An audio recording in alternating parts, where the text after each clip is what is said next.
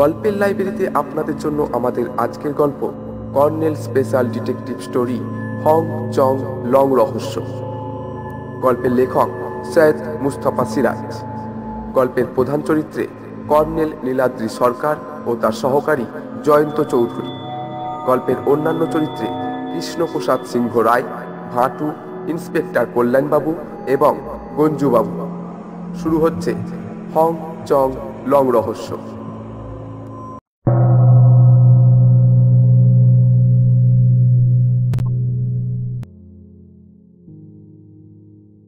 Colonel Niladri সরকার easy চেয়ারে হেলান দিয়ে একটা ইনল্যান্ড লেটার পড়ছিলেন।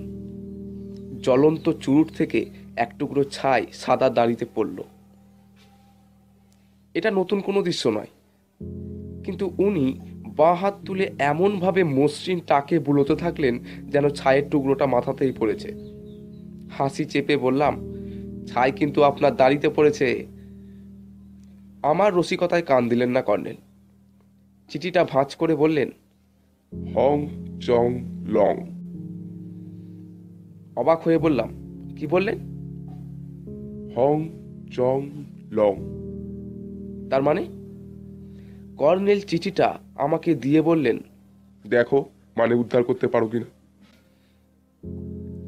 খুলে দেখি লেখা আছে, মহাশয়, আপনার কীর্তি সুবিদিত, তাই আপনার শরণাপন্ন হইলাম। আমার প্রাণনাশের চক্রান্ত চলিতেছে। অনুগ্রহপূর্বক শীঘ্র আসিয়া আমার প্রাণ রক্ষা করুন এবং চক্রান্তকারীদের যথোচিত শাস্তি দিন। হং চং লং। ইতি শ্রী কৃষ্ণপ্রসাদ সিংহ রায়, শান্তিকুঠির, বাবুগঞ্জ, নিমতিতার সন্নিকটে, জেলা মুর্শিদাবাদ। চিঠিটা খুঁটিয়ে পড়ার পর বললাম, হাতের লেখা দেখে মনে হচ্ছে বয়স্ক মানুষ, মাথায় গন্ডগোল আছে। কিসে বুঝলে? হঠাৎ হং চং লাং কেন? সবই তো খোলাখুলি লিখেছেন।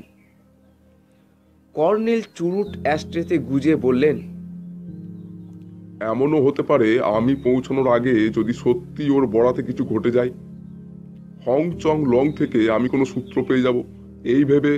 ওর কথার উপর বললাম, সূত্র আগাম জানিয়ে দেওয়ার ইচ্ছে থাকলে তাও খোলাখুলি লিখতে পারতেন। হিং টিং ছট কেন? হিং টিং ছট নয়, হং চং লং। একই কথা, তবে আমার মনে হচ্ছে শান্তিকুটির আসলে একটা উন্মাদ আশ্রম। কর্নেল আমার কথাটা গ্রাহ্য করলেন না। বললেন, জয়ন্ত, তোমার দৈনিক সত্যসেবক পত্রিকার জন্য বাবুগঞ্জে একটা চমকপ্রদ স্টোরি অপেক্ষা করছে। আপনি সত্যিই কি চিঠিটাকে গুরুত্ব দিচ্ছেন? দিচ্ছি, কারণ ওই হং চং লং।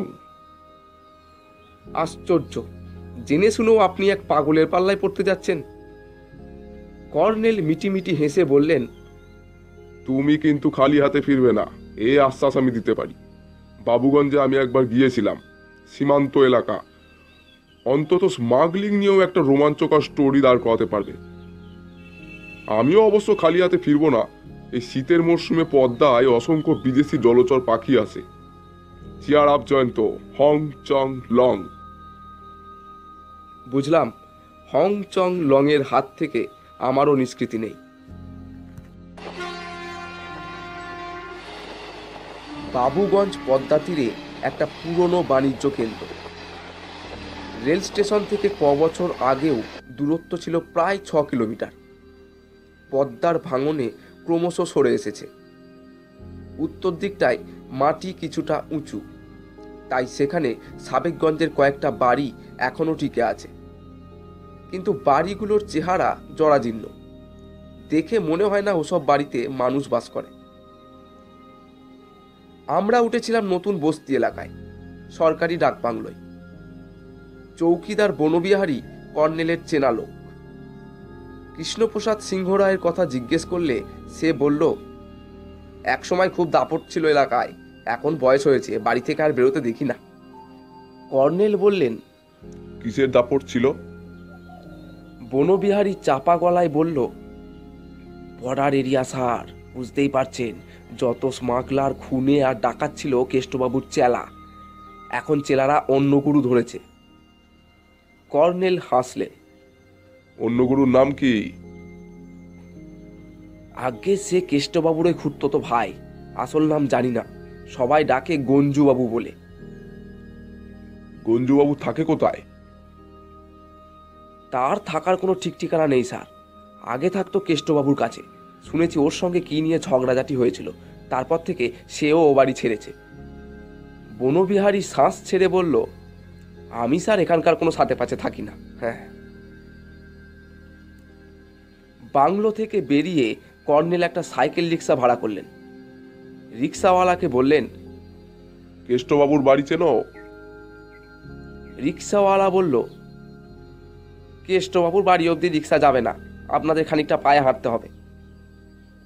ঠিক আছে, তুমি বাড়িটা দেখিয়ে দিয়ে চলে আসবে, বকশিস পাবে। নতুন বস্তি এলাকা ছাড়িয়ে গিয়ে জঙ্গল এবং ঢালু জমি। রাস্তাটা হঠাৎ সেখানে শেষ হয়ে গেছে। জঙ্গল এবং ঢালু জমিটা পেরিয়ে উঁচু মাটির ওপর সাবেকগঞ্জের সেই পুরনো বাড়িগুলো দেখা গেল।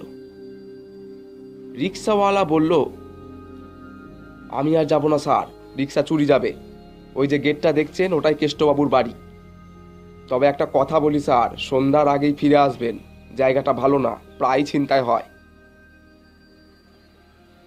সে কথাগুলো বলেই গুলতির বেগে উদাও হয়ে গেল। আমার অস্বস্তি হচ্ছিল। কর্নেল উঁচু জায়গায় উঠেই বাইনোকুলারে চোখ রেখে বললেন, অপূর্ব। কেষ্টবাবু আমাদের কৃষ্ণপ্রসাদ সিংহ রায় অনুমতি দিলে ওর বাড়িতে কয়েকটা দিন কাটিয়ে যাব। পদ্মার সৌন্দর্যের কোনো তুলনা হয় না। বললাম, ওর খুড়তো ভাই গঞ্জুবাবু আপনাকে থাকতে দেবে বলে মনে হয় না। কর্নেল হাঁটতে হাঁটতে বললেন, কেন বলো তো? এখন মনে হচ্ছে কেষ্টবাবু গঞ্জুবাবুর ভয়ে আপনাকে চিঠিটা লিখেছেন। হং চং লং। বিরক্ত হয়ে আর কোনো কথা বললাম না। দোতলা বাড়িটার চারিদিকে টুটাফাটা পাঁচিল, গেটে একটা ফলকে লেখা আছে শান্তি কুঠির। গেটটার অবস্থাও শোচনীয়।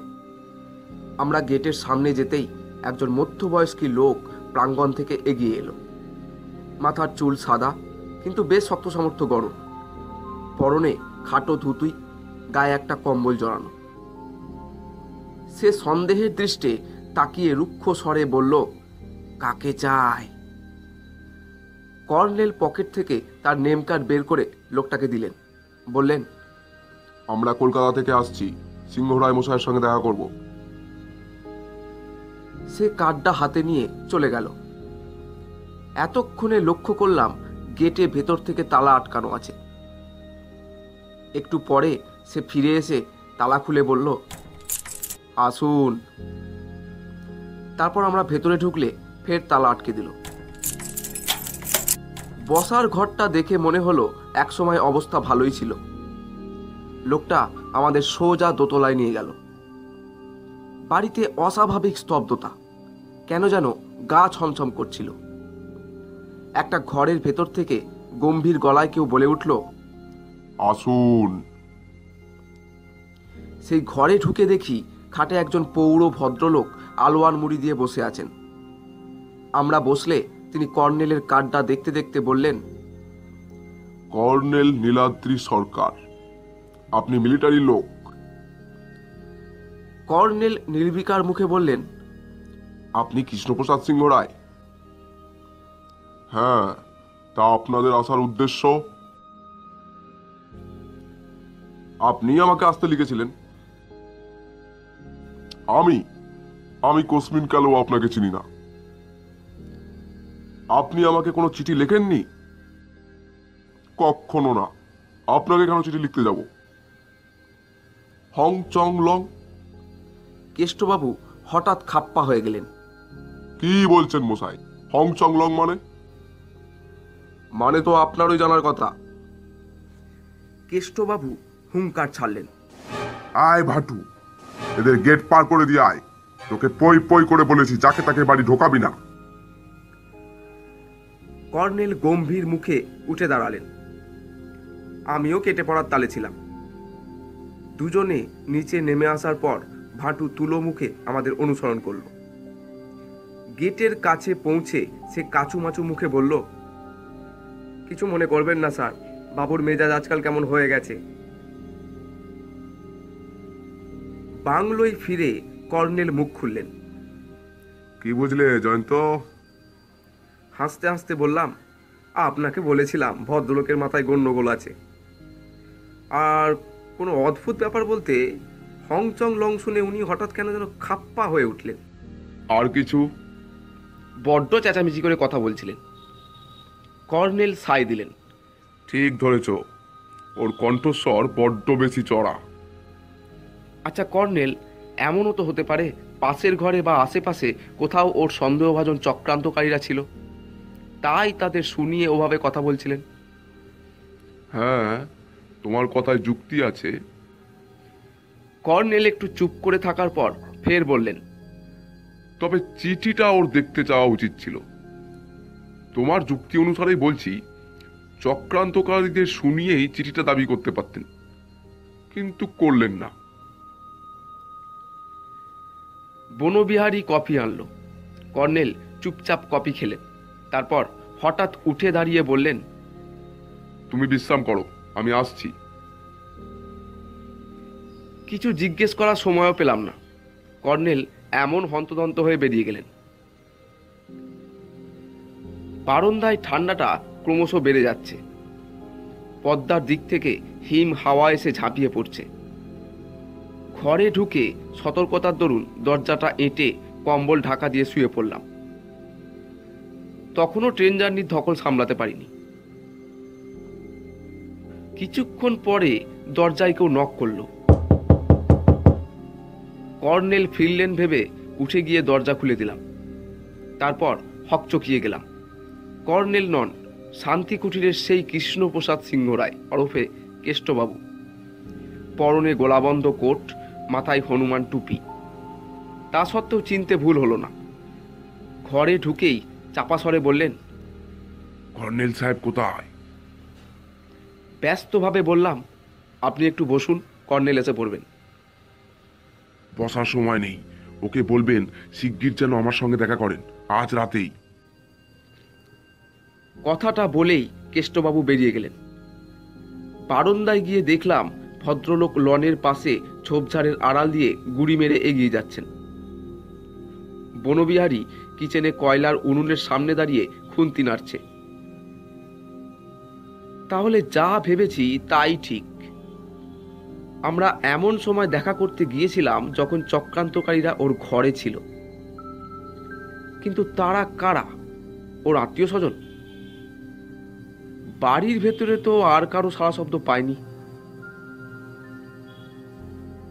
কর্নেল ফিরলেন প্রায় ঘন্টা দুই পরে। আমি ব্যস্তভাবে বললাম, কেষ্টবাবু এসেছিলেন। কর্নেল বললেন, জানি, ওর বাড়ির কাছে আমার সঙ্গে দেখা হয়েছে। বললেন আমার খোঁজে বাংলোয় গিয়েছিলেন। ব্যাপারটা একেবারে হং চং লং। বিরক্ত হয়ে বললাম, আবার সেই হংচং লং? একটু খুলে বলবেন তো। কর্নেল ইজি চেয়ারে বসে টুপি খুললেন। তারপর চুরুর ধরিয়ে তাকে হাত বুলিয়ে বললেন, বছর তিনেক আগে এখানে এসেছিলাম। কলকাতার জাদুঘর থেকে চুরি যাওয়া একটা বুদ্ধ মূর্তি এখান থেকে পাচার হওয়ার মুখেই উদ্ধার করতে পেরেছিলাম। তবে তার জন্য কোনো কৃতিত্ব দাবি করছি না, কারণ স্বয়ং পদ্মা আমাকে একটা বড় পুরস্কার দিয়েছিল, এক ঝাঁক দুর্লভ প্রজাতির সাইবেরিয়ান হাঁস। চিন্তা করো জয়ন্ত, পদ্মার জলে সাইবেরিয়ান হাঁস। কেষ্টবাবুর সঙ্গে কি কথা হলো বলুন। সাইবেরিয়ান হাঁস নিয়ে, কারণ সেবার এই হাঁসের খবর কেষ্টবাবুই দিয়েছিলেন। তবে পদ্মার ধারে হঠাৎ দেখা এবং দু চারটে কথা বলার ফাঁকে মনে রাখার পক্ষে যথেষ্ট নয়। কিন্তু ওই হং চং লং আজ বিকেলে শান্তি কুটিরে যাওয়ার সময় বাইনোকুলারে পদ্মা দেখা মাত্র মনে পড়ে গিয়েছিল। আরে তাই তো, হাঁসের খবর দিয়ে এক ভদ্রলোক বলেছিলেন, কি হাঁস তা জানি না মশাই, খালি হংচং লং আর হংচং লং। হাঁসের এমন বিদঘুটে হাঁক ডাক জীবনে কখনো শুনিনি। ভদ্রলোককে আমার নেম কার্ড দিয়েছিলাম। ধুস, হংচং লং তাহলে কেষ্টবাবুর ভাষায় হাঁসের ডাক। কর্নেল চুরুটে ধোঁয়া ছেড়ে বললেন, হ্যাঁ, চিঠিতে হংচং লেখার কারণ আশা করি আবার বুঝতে পারছো।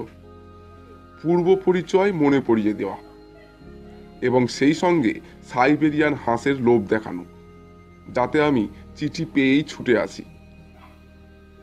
বুঝলাম, কিন্তু ওর প্রাণ নাশের চক্রান্ত কারা করেছে?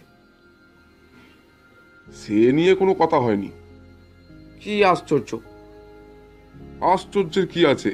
সন্ধেবেলায় অমন নিরিবিলি জায়গায় ওসব কথা বলার রিস্ক ছিল, আর শত্রুপক্ষ ওঁত পেতে বেড়াচ্ছে, তাই হাঁস নিয়েই কথা হলো। তেমনই চড়া গলায় আলোচনা। শেষে বললেন রাত 10টা নাগাদ আমি যেন ওর সঙ্গে দেখা করি, হাঁসের খবর দেবেন। বাংলো থেকে যখন দুজনে বেরোলাম তখন গঞ্জের রাস্তাঘাট একেবারে খাঁ খাঁ নিঝুম। কোথাও গাঢ় কুয়াশার মধ্যে ভুতুড়ে আলো। আমার গা ছমছম করছিল। কর্নেল খুদে টর্চের আলো পায়ের কাছে ফেলে হন্তদন্ত হয়ে হাঁটছিলেন।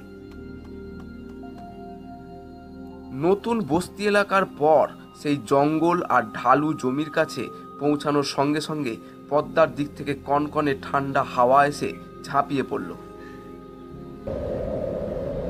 উঁচু জমির ঢাল বেয়ে ওঠার পর শান্তি কুটিরের গেট দেখা গেল। দোতলার একটা ঘরে আলো জ্বলছে। সেই আলোর ছটা প্রাঙ্গণ পেরিয়ে আস্তে আস্তে অন্ধকারের পায়ের তলায় নেতিয়ে পড়েছে। হঠাৎ এক ঝলক আলো এসে পড়ল আমাদের ওপর। কর্নেল বললেন, ভাটু নাকি? হ্যাঁ স্যার, আসুন, গেট খোলা আছে। আমরা ভেতরে ঢুকলে সে টর্চের আলো ফেলতে ফেলতে গেটের কাছে এলো এবং গেটে তালা আটকে দিল। কে জানে কেন আমার বুকটা ধড়াস করে উঠল। ভাটু পেছন থেকে বলল, আপনারা ওপরে চলে যান, বাবু আপনাদের জন্য অপেক্ষা করছেন। দোতলার সেই ঘরে কেষ্টবাবু খাটের ওপর তেমনই আলোয়ান মুড়ি দিয়ে এবং তাকিয়ায় ঠেস দিয়ে গম্ভীর মুখে বসেছিলেন। মাথায় হনুমান টুপি। এবার আর চড়া গলায় না, আসতেই বললেন, বসুন। আমরা বসলাম। তারপর কর্নেল বললেন, হাঁসের খবর বলুন। বলছি, আগে সেই চিঠিটা দেখি। কর্নেল বললেন, চিঠিটা তো বাংলোয় রেখে এসেছি। কেষ্টবাবু বললেন, এই ভদ্রলোককে পাঠিয়ে দিন, চিঠিটা নিয়ে আসবেন। কর্নেল বললেন, চিঠিটা নিয়ে আপনি কি করবেন? কেষ্টবাবু বললেন, ওটা পুড়িয়ে ফেলা দরকার। কর্নেল বললেন, আপনি খুব সাবধানী লোক, গঞ্জু বাবু। কি বললেন? কর্নেল উঠে দাঁড়িয়ে বললেন, গঞ্জু বাবু, একটুও নড়বেন না। পুলিশ বাড়ি ঘিরে রেখেছে। আপনার চেলারা পেছনের দরজা দিয়ে ঢোকার সময় এতক্ষণে ফাঁদে পড়ে গেছে। ওই শুনুন, সিঁড়িতে পুলিশের জুতোর শব্দ। আমি হকচকিয়ে গিয়েছিলাম। সদল বলে একজন পুলিশ অফিসার ঘরে ঢুকে থমকে দাঁড়ালেন। মুচকি হেসে বললেন, বাহ, একেবারে কেষ্টবাবু দেখছি। কেষ্টবাবুর আলোয়ান আর মাংকি ক্যাপ, একই ছাটের গোপ, একই ভঙ্গিতে বসে আছে বেটার ছেলে। দুজন কনস্টেবল গিয়ে গঞ্জুবাবুকে খাট থেকে চ্যাংদোল্লা করে নামালো এবং হাত কড়া পরিয়ে টানতে টানতে নিয়ে গেল। কর্নেল বললেন, ভাটু কেটে পড়েনি তো কল্যাণবাবু? পুলিশ অফিসার বললেন, পাঁচিল থেকে ঠ্যাং ধরে টেনে নামানো হয়েছে বেটাকে। বাড়িটা সার্চ করে ফেলুন। কেষ্টবাবুর ডেড বডি খুঁজে বের করা দরকার। আমার ধারণা ডেড বডি এখনো পদ্মায় ফেলার সুযোগ পায়নি, কারণ বিকেলে বাইনোকুলারে দেখেছিলাম পদ্মায় বিএসএফ এর খুব আনাগোনা চলছে। আপনিও বলেছিলেন একটা চর নিয়ে কদিন থেকে দুদেশের মধ্যে ঝামেলা বেঁধেছে। রোজ ফ্ল্যাগ মিটিং হচ্ছে, কাজেই ডেড বডি বাড়ির ভেতর কোথাও পোঁতা আছে। বলে কর্নেল আমার কাঁধে হাত রাখলেন, বললেন, চলো জয়ন্ত, বাংলোয় ফেলা যাক। এখানে শীতটা বড্ড বেশি হংচং লং করছে।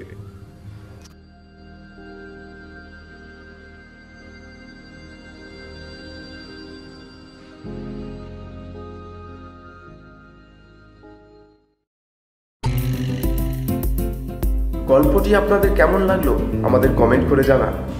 আর গল্পটি যদি আপনাদের সত্যিই ভালো লেগে থাকে তাহলে অবশ্যই লাইক করুন। রহস্য রোমাঞ্চে ভরা এই ধরনের আরও নতুন নতুন গল্প যদি আপনারা শুনতে চান তাহলে সাবস্ক্রাইব করুন আমাদের এই গল্পের লাইব্রেরি চ্যানেলটিকে। আমি আবার আসবো এই ধরনের আরও নতুন নতুন গল্প নিয়ে। ততক্ষণের জন্য সঙ্গে থাকুন, দেখতে থাকুন আর শুনতে থাকুন গল্পের লাইব্রেরি।